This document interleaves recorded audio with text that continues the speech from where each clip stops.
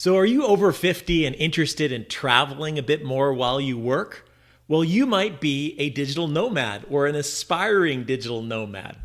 Some of you may know that term well, but let me define it for you. A digital nomad is a person who earns their living working online in various locations of their choosing. They are location independent.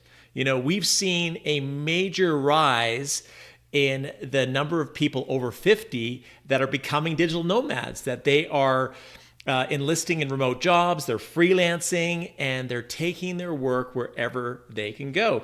So I got my first taste of being a digital nomad way back in 2008. My wife and my young daughters, we all traveled to Chiang Mai, Thailand, where we spent a number of months living there, experiencing the culture, working. And that was our first foray into the digital nomad lifestyle. And that was even before the term digital nomad even existed. Now, of course, we came back to Canada, spent a number of years as the girls got into their sports and their activities, and we sort of had some sense of stability with their life for a number of years. And then we're now moving into an exciting new phase as a digital nomad over 50, as our kids are off at college. And we just last year spent some time in Medellin, Colombia, being able to live and work and experience a new culture. And it was amazing. So yes, I am a full-blooded digital nomad now. So why is there such a boom now for digital nomads after 50? Well, I think we have seen a rise in post-pandemic travel. Obviously the pandemic is a couple years removed, but people were really experiencing cabin fever for a lot of years. And so now we've seen a boom in travel. So that's certainly one factor.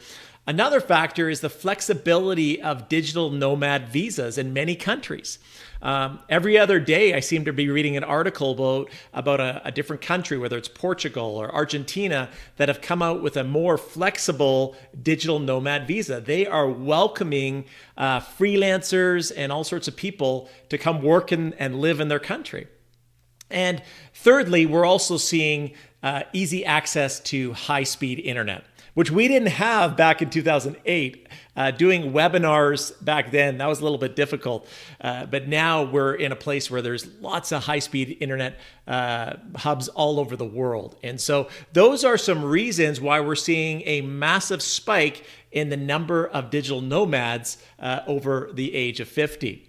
Well, what I'd like to share for the next few minutes is 4 different types of digital nomads. And I want you to self-identify either the digital nomad you currently are, or maybe the one that you aspire to be. Okay, so these are 4 types of digital nomads. Once I go through them, please, in the comments area of this video, I'd love to hear what type of digital nomad you would like to become. All right, so let's break it down one by one. The first type is what I call the roaming nomad. So this is an individual that is purely nomadic. They are moving from country to country, maybe spending a few weeks here, a few months there, without necessarily a home base. They really have maybe sold it all. They're running away from something, just kidding, but maybe. And they've decided to travel and just experience the world, maybe for a couple years. Maybe they've rented out their place at home, or they've sold it, or they've literally left their country and aren't returning back. So there's a growing base of people that are roaming nomads, where they are embracing this flexible and adventuresome lifestyle. Maybe that's what you desire to do. So that's the first type. The second type of nomad is the domestic nomad. The domestic nomad is somebody that travels within their home country. Maybe they're using an RV or just going from location to location, but they want to avoid the complications with visas and passports, the bureaucracy of international travel. And they're just enjoying living in their own country and traveling around while they work. And so that's often sort of a first entry point into being a digital nomad, is you just go to a different location in your own country, keeps it simple, and it's a good starting point. So that's the second type. The third type is what we call the seasonal nomad. So you may be relocating for part of the year. It could be to escape a winter. It could be just because you want to live in a different location for part of the year. Typically, seasonal nomads will often find one place that they love to return to. We spent almost 6 months in Medellin, Colombia. So we were seasonal nomads this year. And yes, we did escape a very cold Canada winter. So quite commonly, a seasonal nomad may have a typical travel pattern where they go to, like we went to South America or to Portugal or to New Zealand or whatever it might be. And they have sort of a set time of the year that they tend to go. And so that is a seasonal nomad. So the fourth and final type is the Workation Nomad.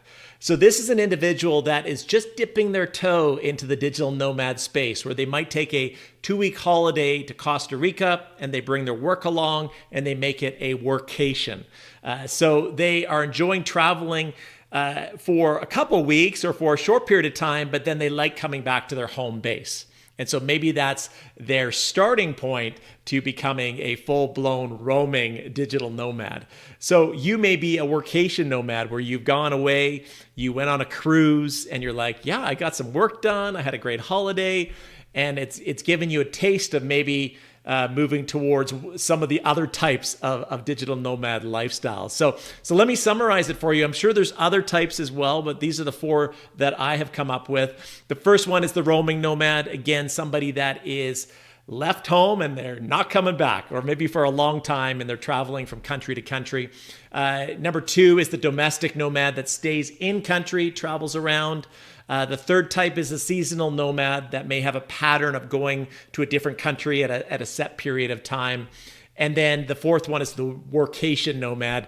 They've just gone maybe for a couple weeks here or 3 weeks there to kind of check out the digital nomad lifestyle.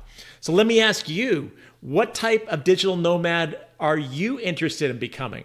Okay, these are all pretty awesome options, and I see that each of them are growing in popularity. So what type interests you? I encourage you in the comments below, just tell us what type that you're interested in. I'd love to hear what you're up to. And also, if you're interested in joining a community of people that may be digital nomads, but they're definitely freelancers, I encourage you in the description below to join our Freelance After 50 group. It's an awesome community that you can connect with others that are wanting a flexible freelance lifestyle. Have a great day, everyone.